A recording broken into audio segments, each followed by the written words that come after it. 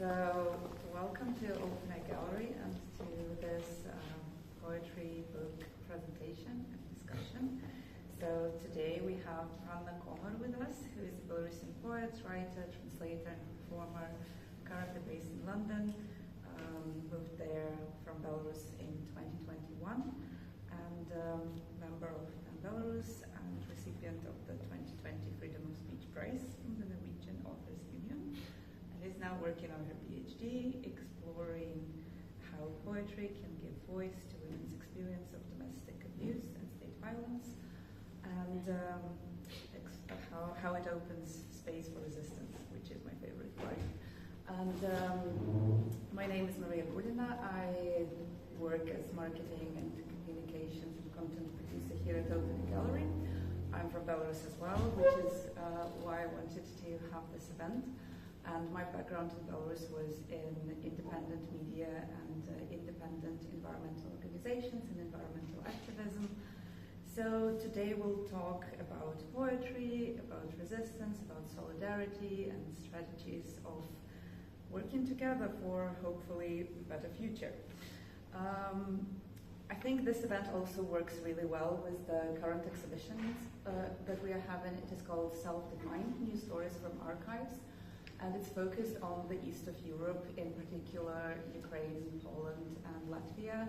And it's focused on family archives and how personal history is often erased by state narratives, and how artists reclaim these personal histories and family histories through photography, through exploring the archive, through creating something new, and just returning their own voice. And I think it works really well with the topic of your book. So I suggest to start by reading something and getting us straight into the experience, and then we'll discuss some questions. Thank you, Masha, and thank you everyone for coming. It's great to be here and to be sharing these stories, especially actually as part of this absolutely amazing exhibition. And I don't know if you read the description of the event, but this is about prison experience in Belarus for peaceful protest. And I will actually start with a list of things that you needed in jail.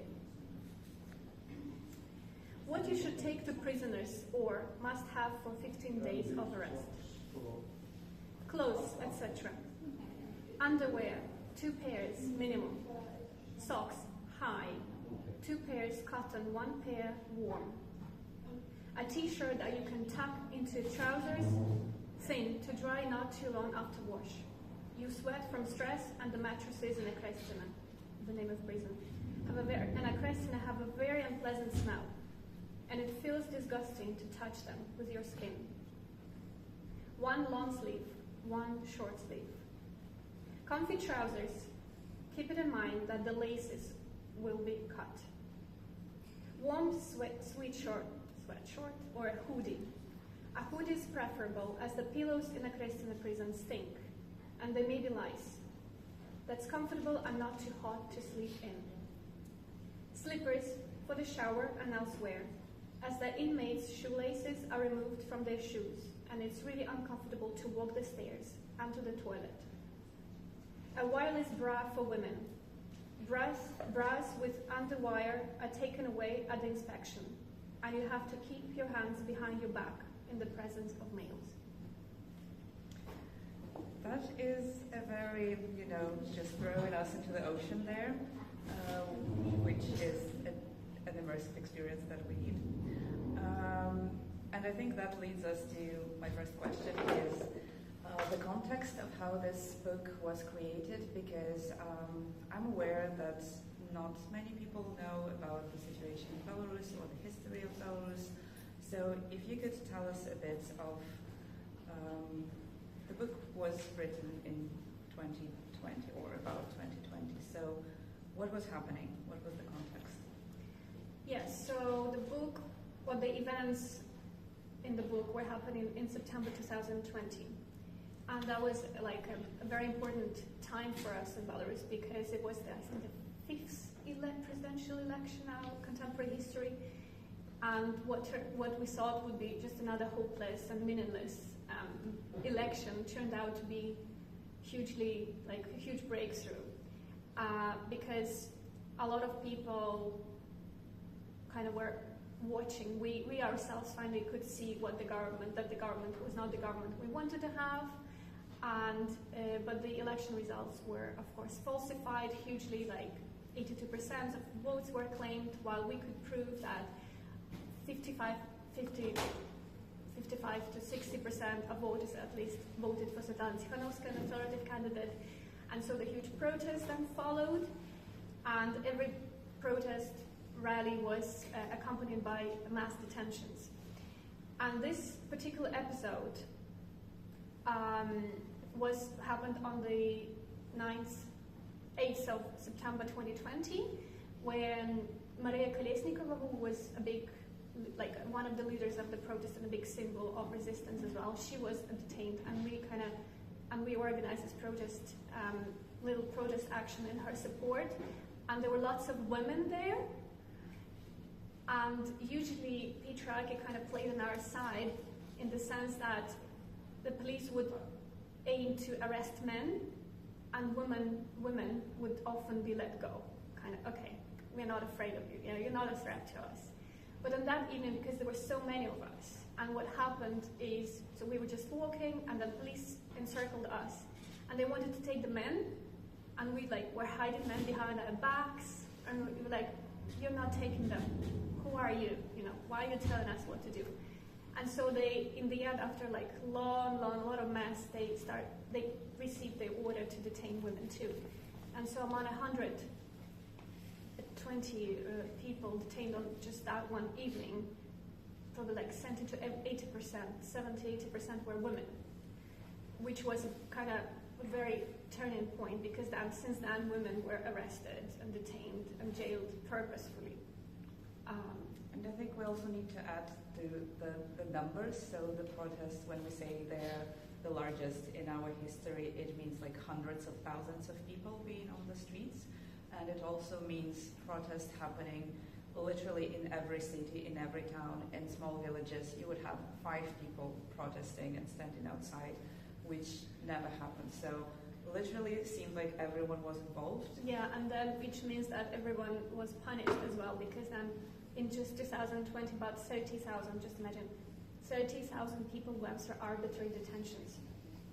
So that's huge. So that could be, 10 days, 15 days, but it's still a lot, and then people, as always, repressions are getting harder and harder, so yeah. That was going to years and years. So what happened to you? And I was detained that evening too, and kept, the police detained, anyway, that's now getting emotional.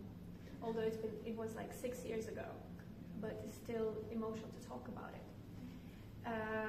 So I was detained, and there was a so-called trial, so-called because everybody was decided already.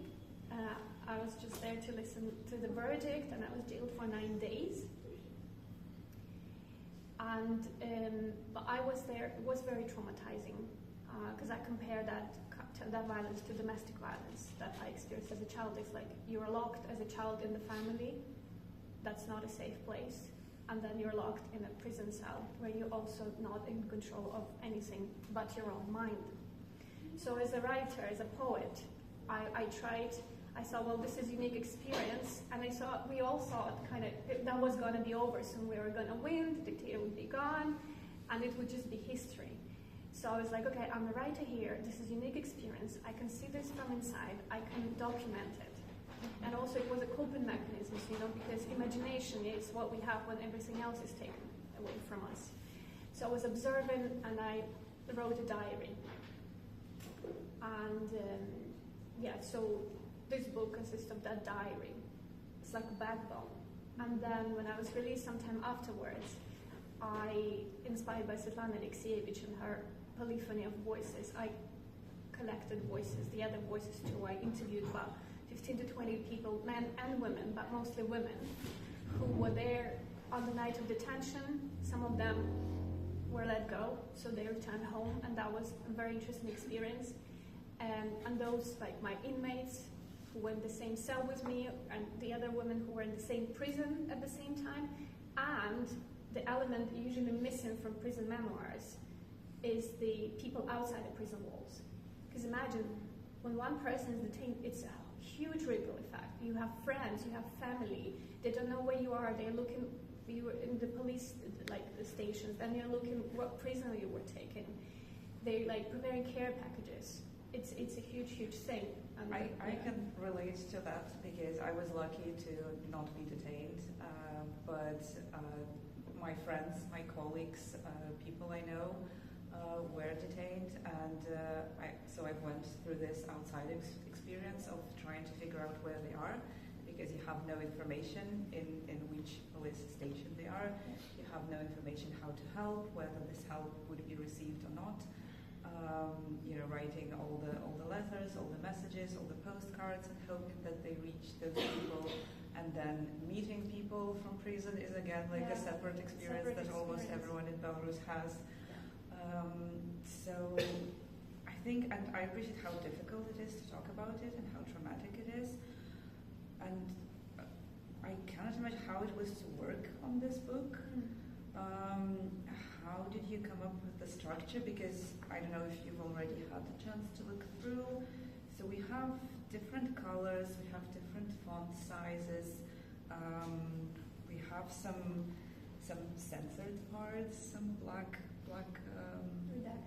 some reductions, and I think it is we also have a calendar structure, so we have Tuesday 10th of September.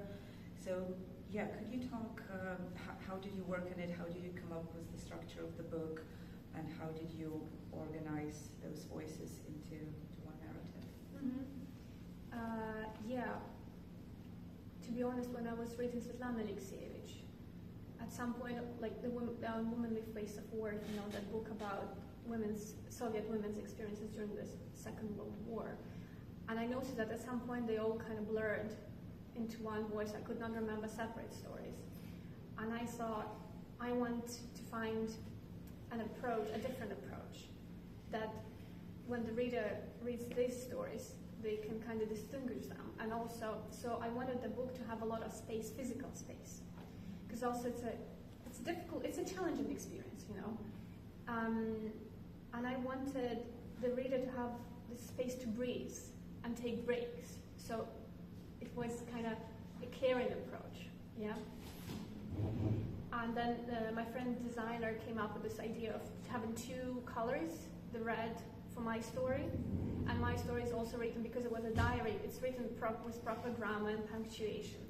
And then the other voices, because they were recorded in voice verbatim, I wanted to show that on the page as well. So the other people's stories, they have no punctuation except for full stops. And where people would make shorter, longer pauses, there's spacing, shorter or longer spaces, like double, triple space, single space. And there are a lot of space between those abstracts. So actually someone mentioned the other day that this looks and sounds, when I read it aloud, as you will hear later, like poetry. And actually in the beginning you say this is a poetry book. Yeah. It's technically it's non-fiction, but it's also poetry. And poetry has this power of changing your bodily experience, because it changes your breathing as you read, especially if you read aloud. And I'm really interested in how poetry also has this power of organizing the space on the page, and by this doing also something maybe to your eyesight while you read and while you go to different bits of it. And yeah, I think the care approach is a very interesting thing here. And we, as a gallery, we are focusing on socially engaged photography, which is an approach where the collective experience is prioritized rather than one singular voice of the artist. And when the expertise of an artist who knows position and structure and so on is combined with the expertise of people who have lived experience in a certain area, and they come together with this artwork, which is a collective artwork, and which has this important documentation. But yeah, we work with photography, and poetry and literature is a bit different, but it also has the socially engaged element. So I'm interested in the strategies that you used in talking to people, any ethical considerations, which are obviously always very important in socially engaged art. How did you feel when you were talking to them? How did they respond to this? Could you tell a bit about that? Yeah. Well, because it was a collective experience, right? Not individual. It was important for me to include as like the other people's voices. And of course, again, I thought the whole thing would be over soon, and we would just kind of, it would be like an adventure in the end, which it wasn't. But yeah, obviously when I interviewed people, I told them that I was going to write a book. I didn't know what kind of book it was going to be. I didn't collect, because I'm now in academia where you have to collect like all the consent forms and everything. Obviously I didn't do that. More than that, for safety reasons. There were no names. So each interview was called after their favorite food, their interviewee favorite food. I didn't keep any private details, which means that afterwards, when I was publishing the book and doing the translation, I could not even reach out. Some of them were my friends, and some of them were abroad, so that was safe to do. But others, I lost their contacts, because this is what you do, right? But we'll probably talk about it later. So the names, yeah, then I redacted the names in the text. You see these blackouts, yeah, for names of people, for names of police departments, for names of the prisons sometimes, obviously all the last names, just to make sure that people were safe, because you never know. And yeah, when I was interviewing people, it was not only to ask them about the horrible or like the difficult experiences, but also my last question was always, what do you take away from this? How did it change you, or did it transform you? What positive, yeah, did you find in that experience? Which I think was kind of healing, and also you can see by the end of the book. I think by the end of it, it becomes more a release. And you know, people actually like talking about themselves. For me personally, as a writer, I then saw myself as a healer, collective healer. Because, yeah, a writer can write about themselves. Great, then you get all the attention as well, which kind of is unfair when it's almost like exploiting the collective experience for your own sake, or something like that. So actually talking to people, collecting their stories, writing them down, I knew they would stay, and one day people will find themselves in the book, and I just think it's super cool and exciting to find yourself in a book. And it kind of means you're heard, you know, and we all need to be heard and seen. Yeah, they're heard.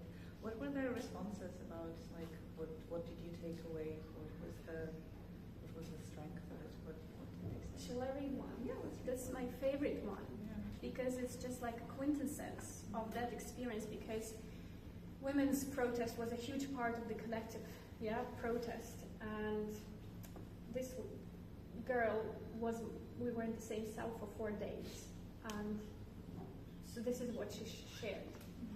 I'm going to read it with all the pauses, trying to follow the pauses that she made in talking to me. First of all, I made friends with women. I'd never really gotten well with women, even in terms of feminism. I was like, I love strong men, masculinity, assertiveness, and all that. And it doesn't really fit into the concept of feminism. Well, for sure, I'm for equal rights for women and men and all that, but at the same time, I myself am attracted to a more masculine type. I've always had such relationship with women. Not that I trust them. It's difficult for me to open up, even physically. It can be difficult to touch a woman. I feel unsafe. For example, when I'm with my mother and she tries to hug me, it's always a huge stress for me, and I want it to end as soon as possible. But that whole revolution made me look at women in a completely different way, because in fact we can say that women made it. We were very strong, very brave, and I think that many women in this revolution learned a lot about themselves. For example, I didn't know that I was so brave, and I didn't know that I could endure what happened to me. I didn't know that I was capable of defending a man. I didn't know that I was capable of rushing after my loved one who was being taken away. I didn't know that I could do that. But it turned out that I can. And women are so cool and can do it too. And, well, it was a happy discovery. You can understand it rationally, but in this revolution I felt it. I finally felt women's solidarity. And it was important. That's great. That's great that, you know, we managed to go through so many difficult things and still find hope and solidarity. And it is very important for me that it's centered around women's experience. And women's experience in prison is obviously very hard. And I think it's very important that this book talks about, you know, menstruation in prison and how you do that and what you do, what are the hygienic conditions there. I like that it has, and I think it is important that it has a lot of this embodied experience. Could you talk about that, this specifically, a specific female experience, and maybe also the connections of domestic violence and state violence that you're working on, if it fits this conversation? Yeah, obviously women's experience for physiological even reasons is different, like menstruation, yeah, and we were lucky that we had hygienic products. We could receive them because very often, and in penal colonies as well, women are kind of manipulated, and like, if you don't behave, you know, you don't get your sanitary pads or that kind of thing. And then the shower, you know, we didn't, I think for about 4 days, after 4 days only we could finally take a shower. But there also, we developed strategies of mutual support and solidarity. Like, for example, sharing things. Because we received care packages, and if, so you could receive care package, but your cellmate did not. Could you tell what is a care package? A care package, sorry. Some things are so obvious to us. So when you're in prison, the people from outside of prison can send you a package that has toothpaste, toothbrush, some clothes that you need in prison, soap, shampoo, paper and pen, so all those kind of basic hygiene and personal care. Sometimes, again, like, it's a way to manipulate, because sometimes the person would not accept it. Yeah. Just like, no. Yeah. And then it means that the person is without anything. Without anything, exactly. And because some people were detained in just like what you wear at home or what you wear on the street, and no change of underwear, for example, no toothbrush. And that meant that if you were all in the same conditions, but one of you received a care package, and there would be some kind of food as well, you know, because the prison food is not the best, trust me.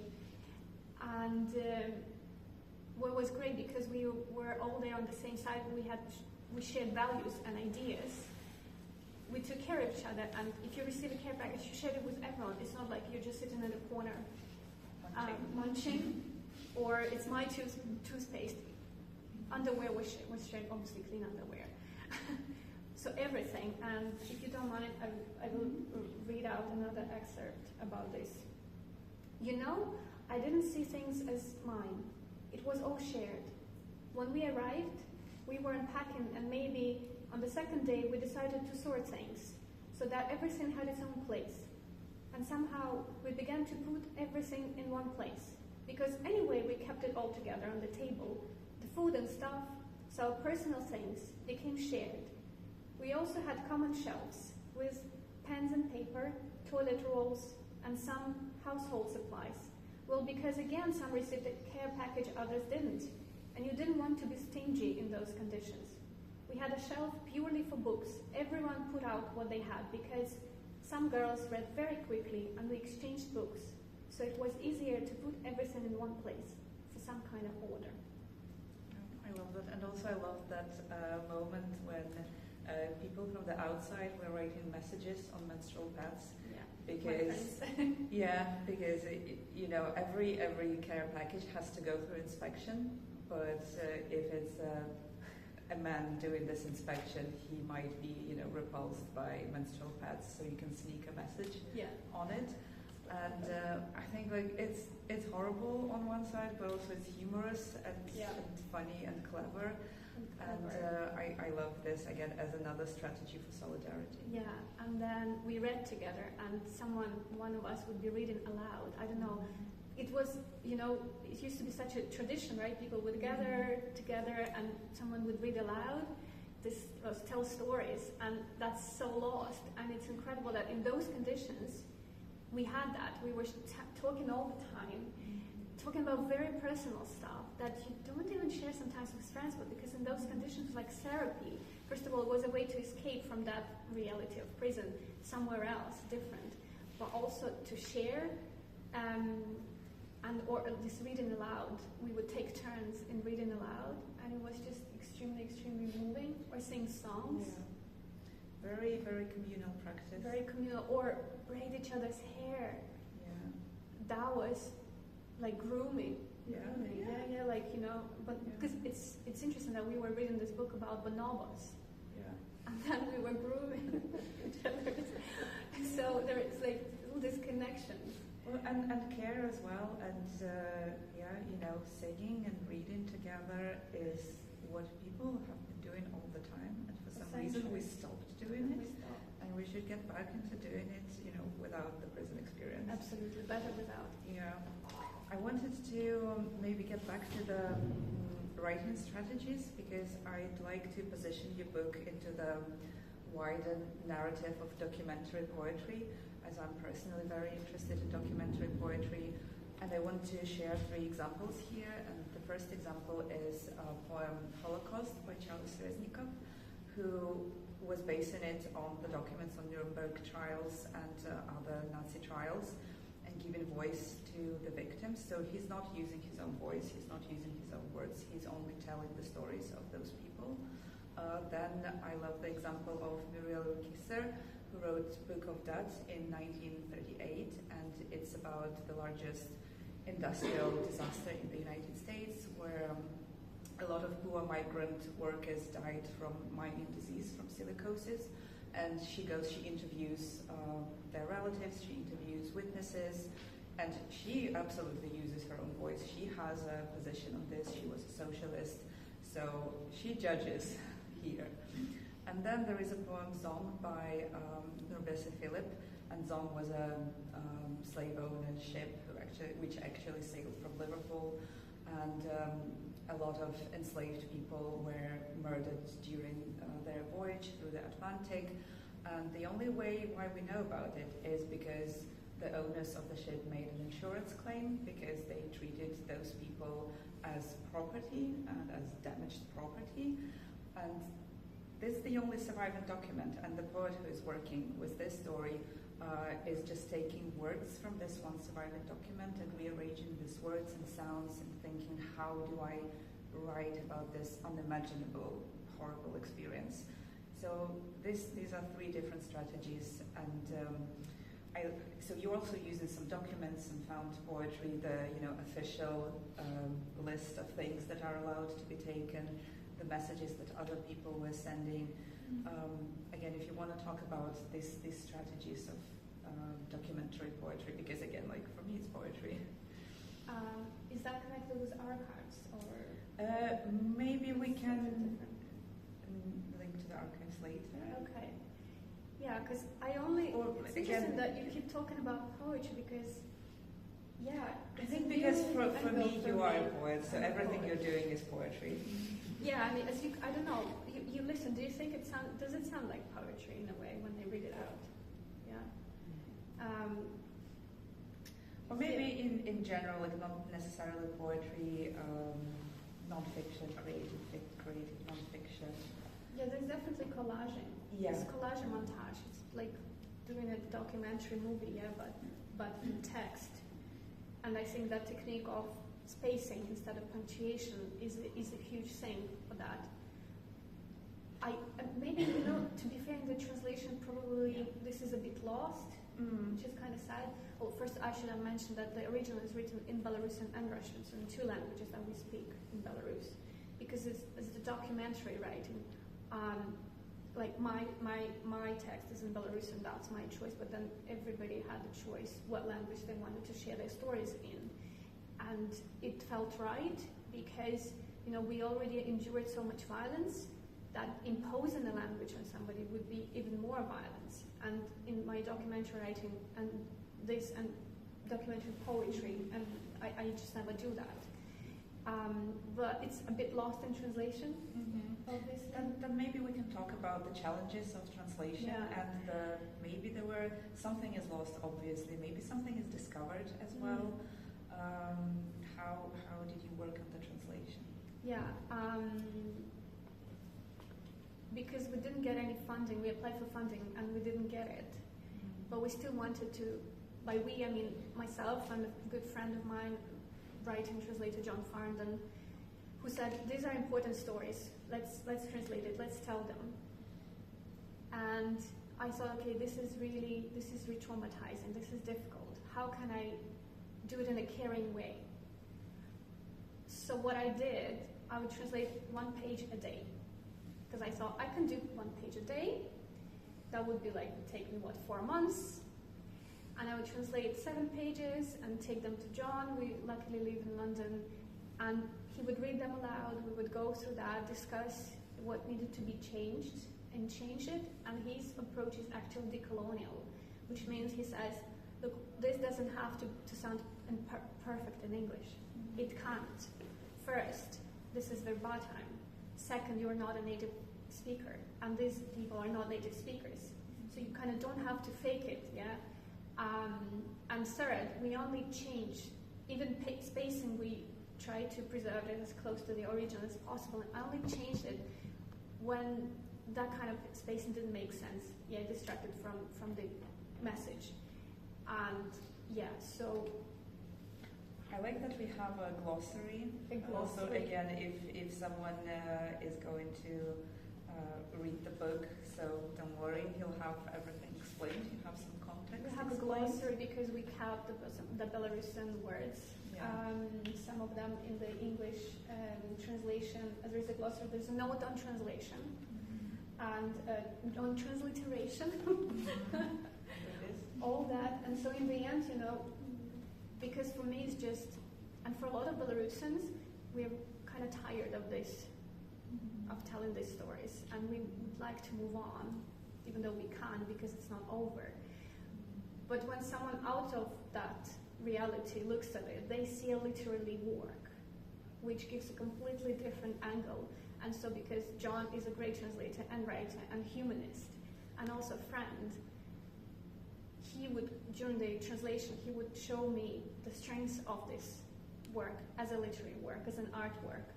And he would also remind me how important, how moving these stories are, how extraordinary, what an experience. And it would actually be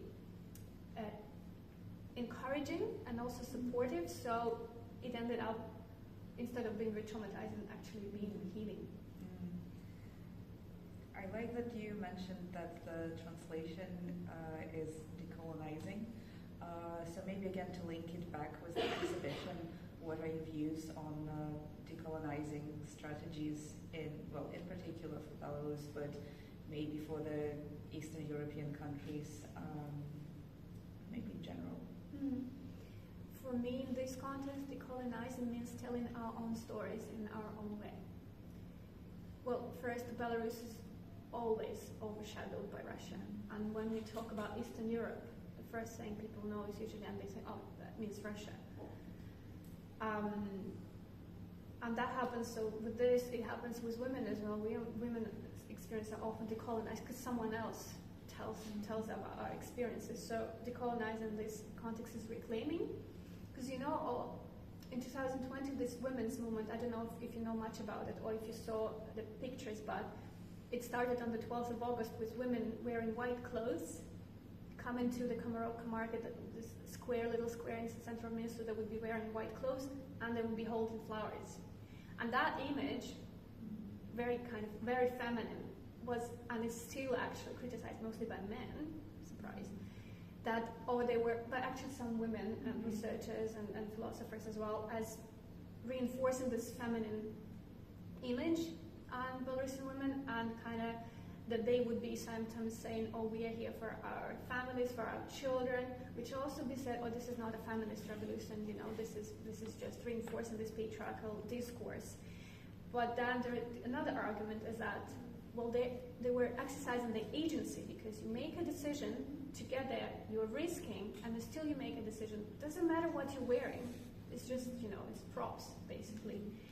And of course, I'm getting carried away, sorry.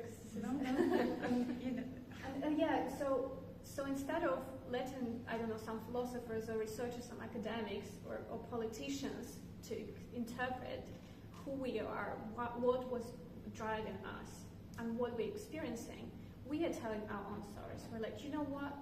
It was horrible, scary, traumatizing, and yet this is what it was also. We were resisting, we were having moments of joy, we were dancing, we were singing, we were supporting each other, and we were not victims. Like, we are not going to allow to victimize ourselves and to tell us who we are. So this is, in this context, decolonizing. And telling, of course, Belarusian stories, by the voices of Belarusians, is decolonizing. Yeah. I think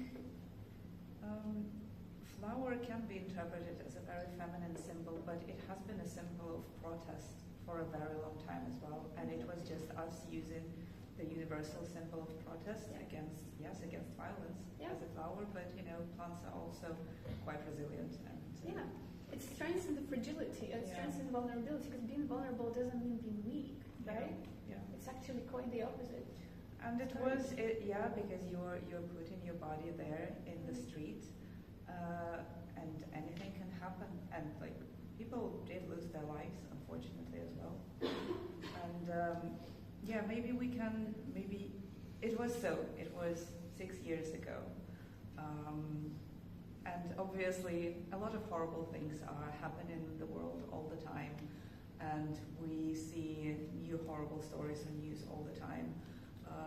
But I was wondering if you could give us a bit of an overview of what's it like in Belarus at the moment and what has happened since that time, just for education. I wish I could share good news. Yeah. So repression has not stopped for literally a single day since the summer 2020. And people keep being detained, arrested, jailed for all kinds of things, still for the protest, for supporting each other, for supporting Ukraine. All these reasons.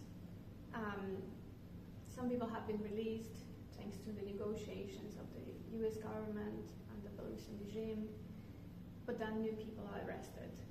And literally it doesn't matter what kind of group, social or professional, you belong to. Publishers, booksellers, but also everyone who's been, if you show dissent. Cultural organizations, environmental organizations, media. Claimed extremists. Yeah.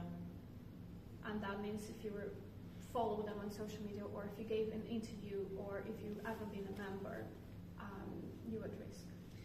I think it is such a dangerous strategy that we are seeing right now in other countries as well, as just labeling an organization extremist or terrorist, and then obviously you can, just shut them down and shut all their supporters down. And then it is also, it leads to the disappearance of archives, which is something that worries me a lot and something that I'm thinking about a lot. So I was working with a number of environmental organizations in Belarus, and we did all sorts of amazing projects in, permaculture, like sustainable agriculture, environmental education, environmental art, and like this intersections of culture, art, and environment, working with children and young people, working with the artists, lobbying some changes in legislations, like direct actions, volunteering, from litter picking to restoring wetlands ecosystems. And then this organization named Eco Home that I was part of was called Extremist, and some of my colleagues were detained. And then, I'm in the situation where I have these amazing books that we produced and amazing projects that we did. But I have to throw these books away because they have the logo of extremist organization. And if I, God forbid, have a police search in my flat, that's me being a terrorist immediately. And I have to throw away, remember this brochure which is saying how to make compost. I have to throw away the brochure about making compost because it has a logo of a terrorist organization. And when I was going from Belarus here to the UK, luckily, again, I wasn't escaping. I was going to do my MA degree, but I had to delete all the photos and all the brochures that we had like in the electronic form because I didn't know if my phone or my laptop would be searched at the border. And then it's as if, this generation of activism is just erased, and this is such a horrible strategy from, state violence of just erasing this. And then each generation has to invent it all from scratch, which is why, again, I think why books like this are so important, because it talks about the power of archive and who gets to tell the stories, which stories are official. Another example is from quite far away from Canada, but it just made I was so impressed. So in Canada, a lot of Indigenous children were taken from their families and put into residential school, and a lot of them died from, just bad treatment. And then mass graves were discovered, I put the numbers here somewhere. So up to 15,000 Indigenous children died, and it was a huge story. But then the activists were saying, well, we've been telling this story all along. You just didn't hear when it was our oral stories. Only when you had this medical evidence, only when you discovered those graves, you believed us. But why you count this medical evidence as good enough, but our story as not enough? Which is, again, why I think it's so important to tell the stories of those people and say that this is our archive, this is important, this is our voice. Yeah, because as Masha said, we had to delete lots of stuff from our phones and even personal notes and photos. And back then it was kind of felt safe to collect these stories because we didn't expect the repressions to go on for another 5 or 6 years. And now it would not be possible. But also memory has a quality to change. So now we would remember those things differently. And I don't think that anyone else did this kind of work. Like the journalists did collect stories, right? But then a lot of media websites were gone, literally, completely, no archives. Yeah. Once they were closed, they locked, closed. And again, some people had to escape quickly. They didn't have time to do backups. Yeah, and because I was living in 2021, I kind of managed to take out those stories, export them, and tell them, sneak them out. So it is an archive, and I think now obviously we are so exhausted. Lots of Belarusians don't want to think about 2020 and what happened to them. Also, you kind of suppress it. A lot of people say, "Oh, it was just like 15 days in prison. It was nothing," but it was something. And one day this will be over. And we will be to go back to this and process this experience. So I suppose this is important. Yeah. And to round up our discussion, I want to ask you one final question, and it's something that I've been discussing actually just recently with a friend, and it's this balance of, we live in the world where a lot of horrible things happen, and it's very easy to just get in the state of despair. But it's also such a beautiful world, and these connections that we have to each other and to the world are so beautiful and glowing. And how do you personally balance this? Because yes, joy is resistance, but also we don't want to, be completely escapist and not know about the things that are happening. So how do you address it? How do you deal with this?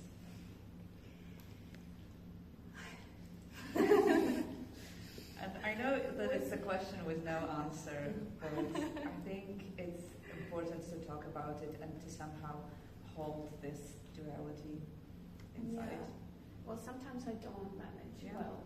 Yeah. But obviously talking to people, actually talking about this experience, sharing it, and thinking, about how our experience is part of the bigger experience, that we are not on our own. Mm-hmm. There are other people going through similar things.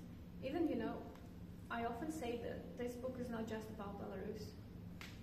When we look at protests here, peaceful political protest, environmental protest, pro-Palestine protest, women's protest, women are detained sometimes, or women's protests, trying to defend their rights, and then, so there's a big shared reality, and I guess it's important to see how we are part of it, how our experience is part of it, but also, turning despair or pain into art. It does help. It does help the healing properties or qualities. Yeah. And remembering.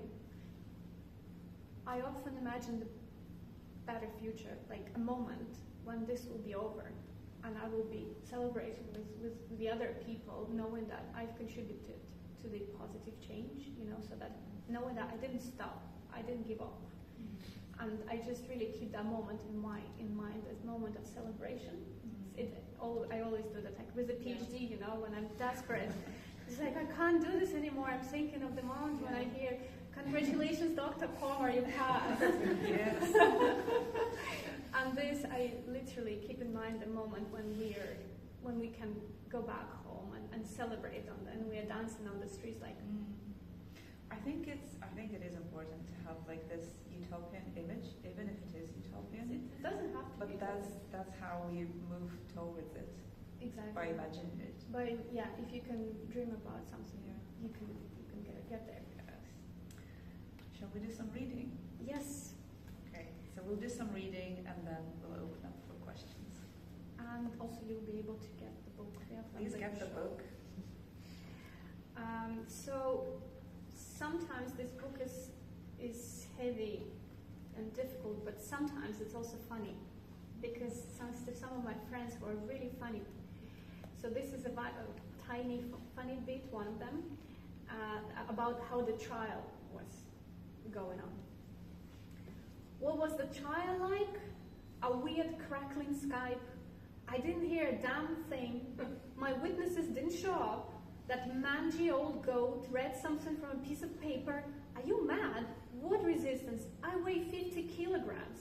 I say, I don't agree, but please give me a fine. She's like, okay, 30 basic units. Well, this is not so funny. This is dramatic, because this is from me. That's about women's experience and this kind of threat of violence, physical and sexual violence, was a big part of the experience. We are standing in the corridor, facing the wall, the four of us. The boys have been taken somewhere and we are waiting for the inspection. Two young officers keep watch over us. One is tall and the other is short. The chief officer asks them if they would like to inspect us themselves, and immediately adds that they shouldn't, because we, the women, might like it.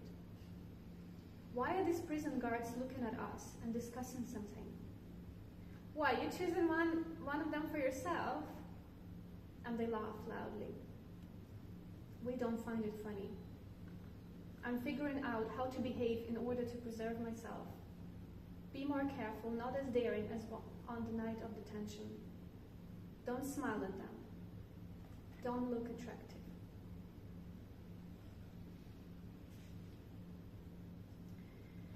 The girls sang folk songs. All right, everyone sang the song Muri and all that, but they sang folk songs, and they all knew them from somewhere, and with multiple voices. They brought tears to my eyes when they sang like that. When it was late, and after lights out, they sang so quietly and so beautifully. Well, I just consider myself lucky to have been around such people.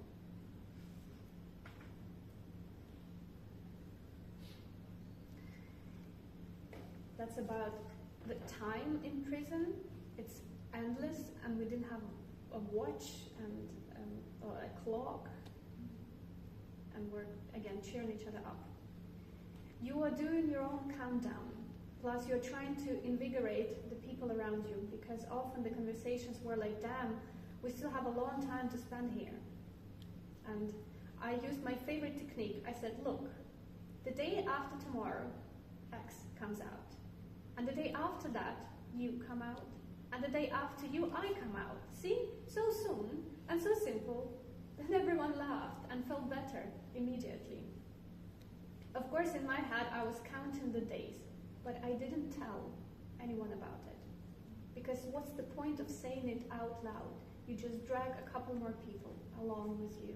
No way. No, no, no. Said it already. This one I'm ready. This is another strategy of how women were behaving. We tried to be extremely polite and not allow them to treat us the way they were used to treating people, and perhaps because they hadn't figured out yet what to do, because we were a second batch after you of educated, polite, calm women. And I think they really couldn't figure out how to behave with us. And even at some point, they started saying to us, please, good night, and that kind of thing. But I know that those who were polite to us beat people a few weeks later and were far from polite. And another funny one, that was just on the evening of release when my friends were waiting for me to get out, and they were having the experience with the prison people. And the head of this prison, of this custodial institution, I'm now mimicking my friends, how she speaks, how she was telling this, custodial institution, as he called it, did us the honor of coming out to us, you know? Such a brave man, a real knight, he must be thinking of himself exactly like that. Like he's no less than a Lancelot, and yet he's wearing this uniform, a really horribly tailored uniform, as if they were wrapped in some kind of rags, and they all seemed so old and hot-bellied. Not the golden child for sure. So he deigned to come up to us and say in his well-mannered speech, this and that. You are a guest here, and this is a custodial institution. It's a prison, yes. So don't joke here and don't make noise. You must move 100 meters away and wait quietly. And with such a gait, the gait I can describe as the master of Rodina. That's from my sister. I'm proud of your friends. After I saw them all, how united they are. Well done. You support each other, and it's very important in life when you have such people around you. And the last one, a message from a friend. Just tell me briefly, how have you coped with these past days? Has it been not too scary? Thank you, Hanna.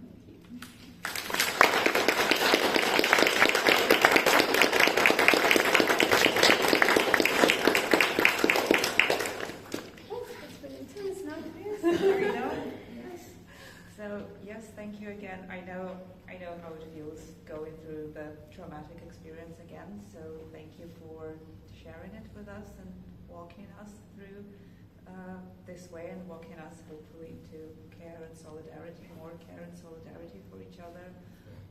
If we have any questions in the audience, you have a chance to ask Hanna. I was just wondering about some acts of solidarity in male prisons. If you know anything about that, if there are any songs and books being read aloud. Yeah, I mean, because we were detained, because it's not a penal colony, but we were detained for like several days, 2 weeks. They were mixed, but obviously the cells were either for women or for men, but we were in the same prison. And yeah, there are some male experiences here too. And there was the same solidarity among men as well. So they would probably sing less. I think it was more female activity. But they enjoyed hearing us singing. It was actually, they shared that it was very supportive to hear us singing. And they would play. They would play one from my poker, prison poker, where they made things from bread, for example, and roll those like along the bench, prison bench, and they made cards from some kind of material. I know that people were also teaching each other because, again, the protests were so massive that you had people of all experiences there. And people were like, well, you know, I'm a professor in physics. I can like tell you about quantum theory. Yeah. I'm not joking. Like it's what happened. Or I'm a biologist. I can tell you about wolves' behavior. That was my colleague who specializes in wolf behavior. Or languages. Or whatever. Or just personal experience. So just sharing whatever you know and teaching people whatever you know, learning new things. How did you carry out the interviews? Did you record them? Yeah, I did. And then you recorded them. What's happened to the recording? I deleted them for safety, which is a shame. It would be great to turn it into oral history as well. But I was just that's what about archives, I was just so concerned to not get those people in trouble. It was panic, like we were quite scared. It's like not just for yourself, but actually for those other people, because it's such a huge responsibility that I think as soon as I transcribed them, I deleted them. Hello, I have a question about, I guess, solidarity in the face of loss, essentially, because I was really intrigued. You were saying that everyone thought this is the collective moment, like we're here to do it. So I was wondering when did that realization hit that this is not the moment, and whether there was that a collective moment, or did that happen more privately, and did kind of any shared or kind of solidaristic activities happen when that realization hit with different people who were involved in the protest? That is not the moment of what? So I guess maybe I misunderstood that. I feel like from what you said, what I understood was that people kind of went out and joined the protest in the thought of like, this is it, like we can change things now. Yeah. So whereas then at some point the realization must have hit, no, this wasn't it. And was that a collective experience as well, or did that happen more privately? And were there kind of any collective or solidaristic actions towards each other, like you described, for instance, in the prison at that point as well? Thank you. Yeah, I mean, because this is from September 2020. This is where we were still full of hope, and even a lot of us thought, okay, we are jailed here. This is the price we pay. We can be here as long as it kind of as long as we are here, no one else will be here. It's like, but people. So the others keep going, keep taken to the streets, and it only months later that we realized fully that okay, the peaceful protest failed to achieve the goal. It did something else. The shift in the consciousness and dignity, but it didn't achieve overthrow the political goal. And to be honest, I think a lot of us already could sense in September, maybe by the end of September, then in October, that we continued going on to those rallies, and nothing was really changing, not what we wanted. And I think a lot of us had those doubts already, like, okay, why exactly are we doing this? But you couldn't stop, because what was the alternative? I think the moments of realization were private for each person and were hitting us at different points of time. But then you also, again, I'm speaking from myself here, that you start to think what you can do in the point where you exist. And for me, doing this event is my strategy, or writing my book about my own experience from Belarus is my strategy. Keeping the culture, as we always say here in the gallery, keeping our identity and our culture, doing the events, doing the research, writing, creating art, all of this.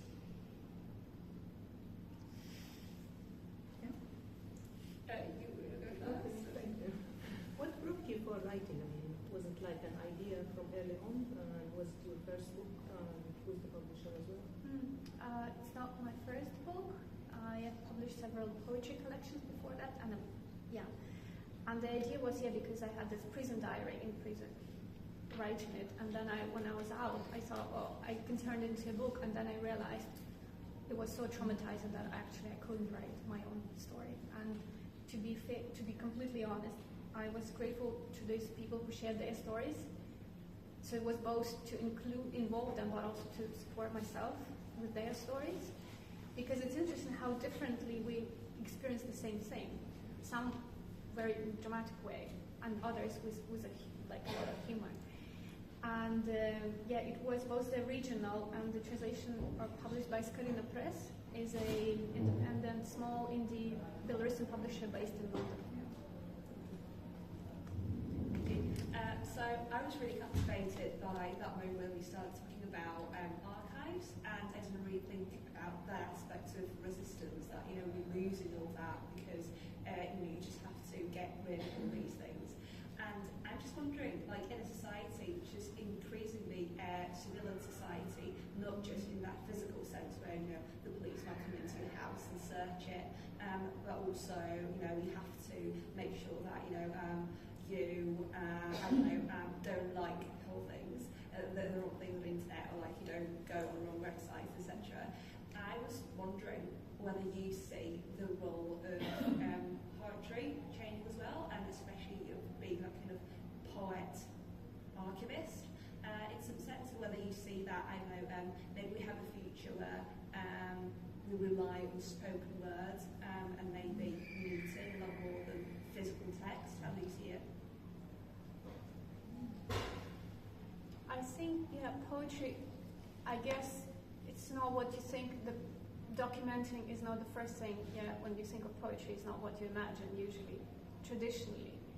And perhaps poetry is then seen as less threat to the kind of controlling powers, right? So what was I guess my brain is already gone blank a little bit. So the question was whether you see the role of a poet or a kind of an archivist, or both really, in that kind of surveilled societies, and like how that role would change if we go into this direction of just being extremely careful about what you do, and how do we keep these memories as well without having the kind of physical remnants of it. When we, as you said, delete the websites or get rid of the pamphlets back on the street. Yeah, I suppose as you said orally, but I suppose sharing probably those things in the moment then makes a huge difference than gathering together and actually sharing things, because that's also kind of becomes a lost thing, I sometimes find, and not necessarily in big halls or big spaces, but actually at home with friends. And this is what people under authoritarian regimes do, when you cannot gather and read those poems aloud, you gather with friends, and you even like put theater shows in flats and all that. And just, I think, sharing your stories and just taking this authority to say like, yes, my story is important, yes, my narrative is important, and it's worth to be discussed and remembered. And I do think that oral stories and histories and oral literatures even is something very important and very interesting, and something that can keep on existing. And maybe preserving those things in more than one space, because when I think of when I was living in Belarus, I even deleted some correspondence, some messages. I didn't have to, I could send them to the friends of mine who were already abroad, right? So they would keep them. So like, you know, we're having a book. Some copies can be destroyed, but not all. So maybe if you make sure, if do your backups. Do your backups, because we don't really think about that much. But What has happened to your publisher? huh? What has happened to the little independent publisher? This publisher is in London, Right. but The Belarusian original. publishers, So again, like all independent Belarusian publishers who publish books in Belarusian, they were closed down and persecuted. One publisher is still in jail for publishing. And then books labeled extremists, they're obviously banned and destroyed as well. That's why actually, and some publishers, they immigrated, they left Belarus and they kind of renewed their work outside Belarus, or new Belarus, small indie publishers, and started working outside Belarus, including Gulina Press, to continue publishing books and sharing stories.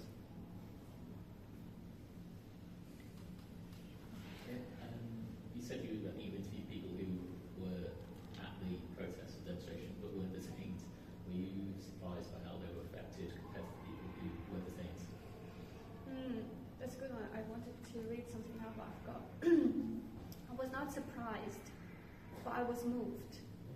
It were, in many cases, like several women I interviewed they had children, and it was very moving. Actually, all of them had children. I guess that's why they came back home that night. One described how she hugged her son and daughter and hoping they would never have to go through what she went through. And then another one, she had 3 children, and one of her sons had Asperger syndrome, which means he would not be able usually to show emotion to her, right? And then she came back by the morning because she was still in the police department till the morning. And the next morning when she woke up after some sleep, all her children came to her room, and that son heard too, and he hugged her. And that was a very rare moment, that connection when he was able, because he was so deeply obviously affected by it, he was able to hug her. And then the third woman, whose child was a baby in the pram, she came with the pram to the protest. She couldn't sleep all night. She felt so unsafe. She locked the doors and she almost moved furniture to the door. And she kept doing something all night, like something with her hands, some kind of crafts, because she had so much anxiety and that energy that she literally couldn't. She needed to do something.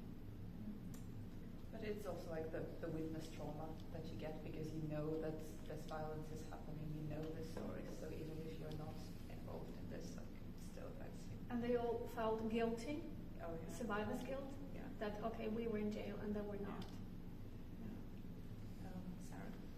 Yeah, I was just thinking, obviously it's a momentous time, and time of optimism initially.